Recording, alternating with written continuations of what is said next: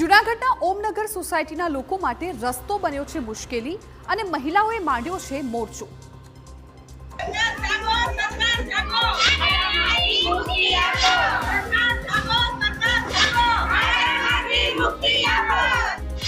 જૂનાગઢ શહેરના ward number 2 માં આવેલી ઓમનગર સોસાયટીમાં રસ્તાનું કામ અધૂરું રહેતા લોકો મુશ્કેલીમાં છે।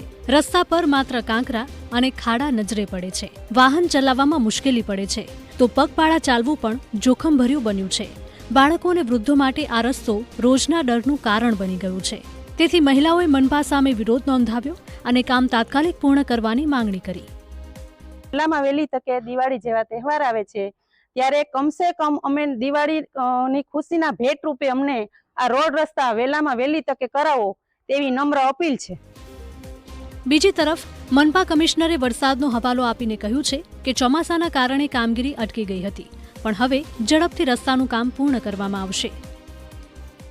ચોમાસામાં આ વખતે વરાપની જે આપણી સિઝન હતી આપણને ઓછો વરાપ મળ્યો હતો પણ હવે વરાપ ચાલુ થશે એટલે આપણે જે સીસી રોડના કામો જે 23-24 અને 24-25માં જે મંજૂર થયેલા છે અને જે આપણી પાસે વર્ક ઓર્ડર અત્યારે જો કે હવે જોવાનું એ રહ્યું કે મનપા ક્યારે આ અધૂરા રસ્તાને પૂર્ણરૂપ આપે છે।